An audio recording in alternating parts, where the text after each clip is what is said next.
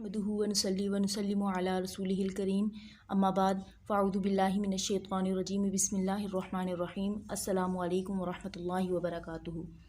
आज हम सूरह बकरा की आयत नंबर 137 से 139 तक का लफ्ज़ी और बा मुहावरा तर्जुमा पढ़ेंगे और साथ ही साथ इन आयत को समझने के लिए इनकी तफसीर और शान नज़ूल भी देखेंगे कि अल्लाह रब्बुल इज़्ज़त का क्या अहकाम है, क्या अहकामात इन आयत में अल्लाह पाक ने फ़रमाए हैं और हमारे लिए क्या काम करना दुरुस्त है। सबक शुरू करने से पहले आपसे गुजारिश है कि अगर आप चैनल पर नए हैं तो चैनल को सब्सक्राइब कर लीजिए और इंशाल्लाह वीडियो ज़रूर पसंद आएगी तो वीडियो को लाइक भी कर दीजिए। सबक शुरू करते हैं। आऊज़ु बिल्लाहि मिनश शैतानिर रजीम, मैं अल्लाह की पनाह मांगती हूँ शैतान मरदूद से। बिस्मिल्लाहिर रहमानिर रहीम, अल्लाह के नाम के साथ जो बहुत मेहरबान और नहायत रहम फरमाने वाला है। फ़ा पस इन अगर आमनु वो ईमान लाएँ। कौन लोग ईमान लाएँ? जैसे कि पहले हमने पढ़ा था यहूद व नसारा के बारे में या लादीन लोगों के बारे में जो कि ईमान में दाखिल नहीं हुए, उनके बारे में बात हो रही है। फ़इन पस अगर आमनु वो ईमान लाएँ, बा साथ मिसली मिसाल के, मिसली तशबीह के लिए आया है, यानी मुसलमानों के साथ तशबीह दी गई है कि अगर वो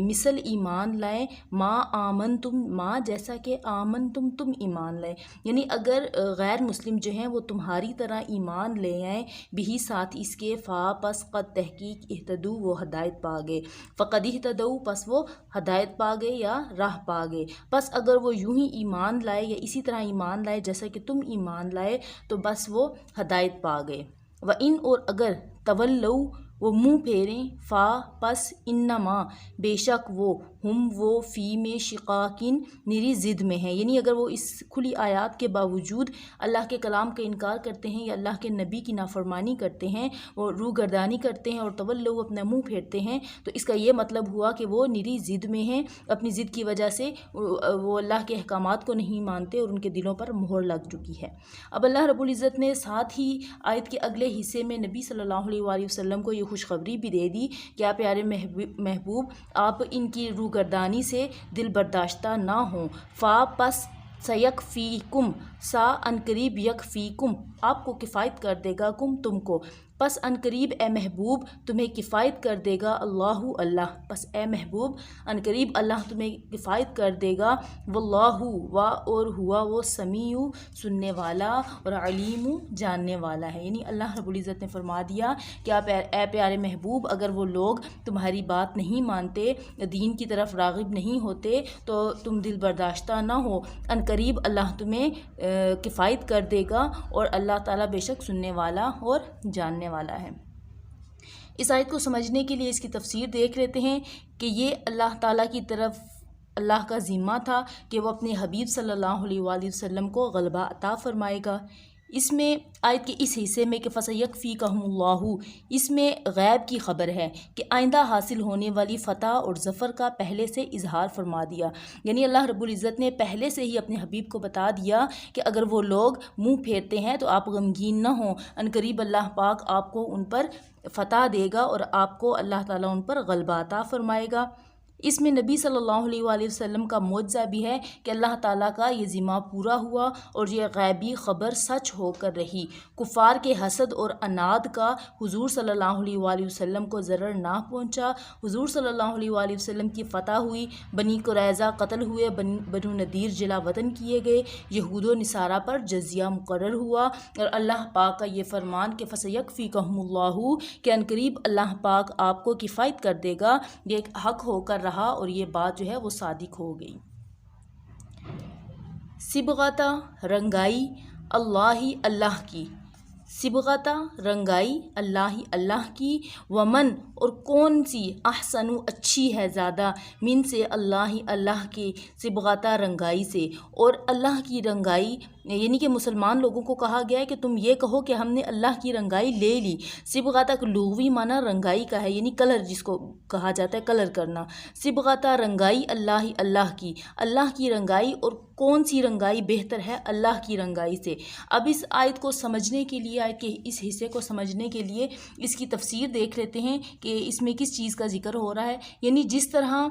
رنگ کپڑے کے ظاہر اور باطن میں نفوذ کرتا ہے، یعنی اس پر نافذ ہو جاتا ہے، اس کو اپنے اثر میں لے لیتا ہے، اسی طرح دین الہی کے اعتقاد ہمارے رگو پے میں سما جاتے ہیں۔ یعنی کہ جب انسان اللہ کے دین میں داخل ہوتا ہے، نبی صلی اللہ علیہ وآلہ وسلم پر اپنا ایمان رکھتا ہے، اللہ کے احکامات کو مانتا ہے، تو گویا ایک رنگ ہوتا ہے دین الہی کا جو کہ اس کے رگو پے میں سما جاتا ہے اور اس کو اپنے رنگ میں رنگ لیتا ہے، ظاہر اور باطن، قلب و قالب اس کے رنگ میں رنگ جاتا ہے۔ یعنی جو اللہ کے احکامات ہوتے ہیں، جب بندہ اس پر عمل پیرا ہو جاتا ہے تو وہ خود بخود ہی اللہ کے بتائے ہوئے احکامات پہ چلنے لگ جاتا ہے، اور یہ رنگ ہمارے اعمال سے ظاہر ہوتا ہے۔ یعنی کہ جب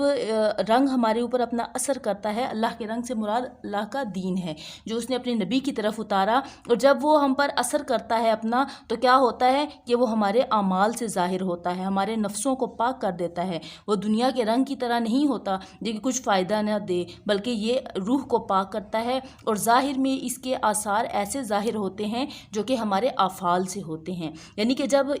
ہم اس رنگ کو اپنے اوپر رنگ لیتے ہیں یا یہ رنگ ہمارے اندر داخل ہو جاتا ہے، تب کیا ہوتا ہے کہ ہمارے افعال اللہ کے، یعنی ہم جو کام کرتے ہیں وہ اللہ کے بتائے ہوئے احکامات کے مطابق ہو جاتے ہیں۔ اس سے ظاہر ہوتا ہے کہ ہم اس رنگ میں رنگ چکے ہیں۔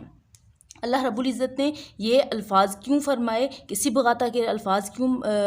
ادا فرمائے؟ اس لیے کہ نصارہ جب اپنے دین میں کسی کو داخل کرتے یا ان کے ہاں کوئی بچہ پیدا ہوتا تو وہ پانی میں زرد رنگ ڈال کر اس میں اس شخص یا بچہ کو غوطہ دیتے اور کہتے کہ یہ سچا نصرانی ہوا۔ اس آیت مبارکہ میں نصارہ کی اس حرکت کا رد فرمایا گیا اور یہ فرمایا گیا کہ ظاہری رنگ کسی کام کا نہیں ہوتا۔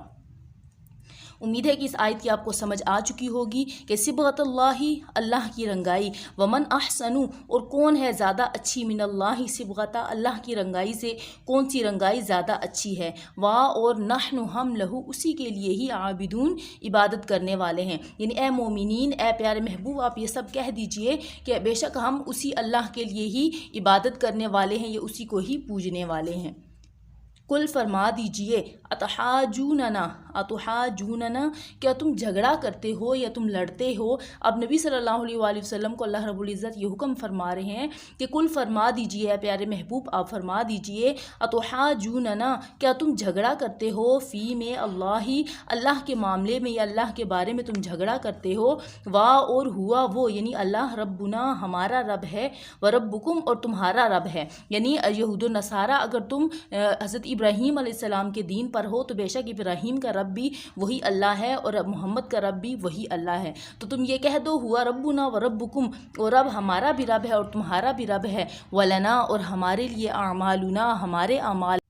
ہمارے لیے ہمارے اعمال ہیں، وَلَكُمْ، اور تمہارے لیے، اعمالکم، تمہارے اعمال ہیں۔ اب آیت کے اس حصے کو سمجھنے کے لیے اس کا شان نزول دیکھ لیتے ہیں کہ شان نزول یہ ہے کہ یہود نے مسلمانوں سے کہا ہم پہلی کتاب والے ہیں، ہمارا قبلہ پرانا ہے، ہمارا دین قدیم ہے، انبیاء ہم میں سے ہوئے، اگر سید عالم محمد مصطفیٰ صلی اللہ علیہ وآلہ وسلم نبی ہوتے تو ہم میں سے ہوتے۔ اس پر اللہ رب العزت نے یہ آیت نازل فرمائی کہ اے محبوب آپ فرما دو کہ کیا تم اللہ کے بارے میں جھگڑتے ہو، وہ ہمارا بھی رب ہے اور تمہارا بھی رب ہے، ہمارے لیے ہمارے اعمال ہیں اور تمہارے لیے تمہارے اعمال ہیں، وَنَحْنُ، اور ہم، لہو، اسی کے لیے ہی، مخلصون، اخلاص والے ہیں، یہ اسی کے ساتھ ہی سچے ہیں۔ آیت کے اس حصے میں بھی یہی فرمایا گیا کہ اے محبوب آپ فرما دیجئے کہ ہمارے لیے ہمارے اعمال ہیں اور تمہارے لیے تمہارے اعمال ہیں، اور ہم صرف اللہ ہی کے لیے اخلاص رکھنے والے ہیں یا اللہ ہی کے ساتھ سچے ہیں۔ امید ہے کہ آج کا سبق آپ کو سمجھ آ چکا ہوگا۔ اگر سبق میں مزید کچھ سمجھنا چاہیں تو آپ کمنٹس میں پوچھ سکتے ہیں، انشاءاللہ ضرور پوری کوشش کروں گی آپ کو سمجھانے کی۔ اور اگر ابھی تک آپ نے ویڈیو کو لائک نہیں کیا تو لائک کر لیجئے، اور اگر چینل پر نئے ہیں ابھی تک سبسکرائب نہیں کیا تو سبسکرائب کر لیجئے، اور بیل کے بٹن کو بھی ضرور پریس کر لیں تاکہ ہر آنے والی ویڈیو کا نوٹیفیکیشن سب سے پہلے آپ کو ملے۔ ملتے ہیں ایک نئی ویڈیو کے ساتھ، تب تک دعاؤں میں یاد رکھیے گا۔ جزاک اللہ خیرہ، اللہ حافظ۔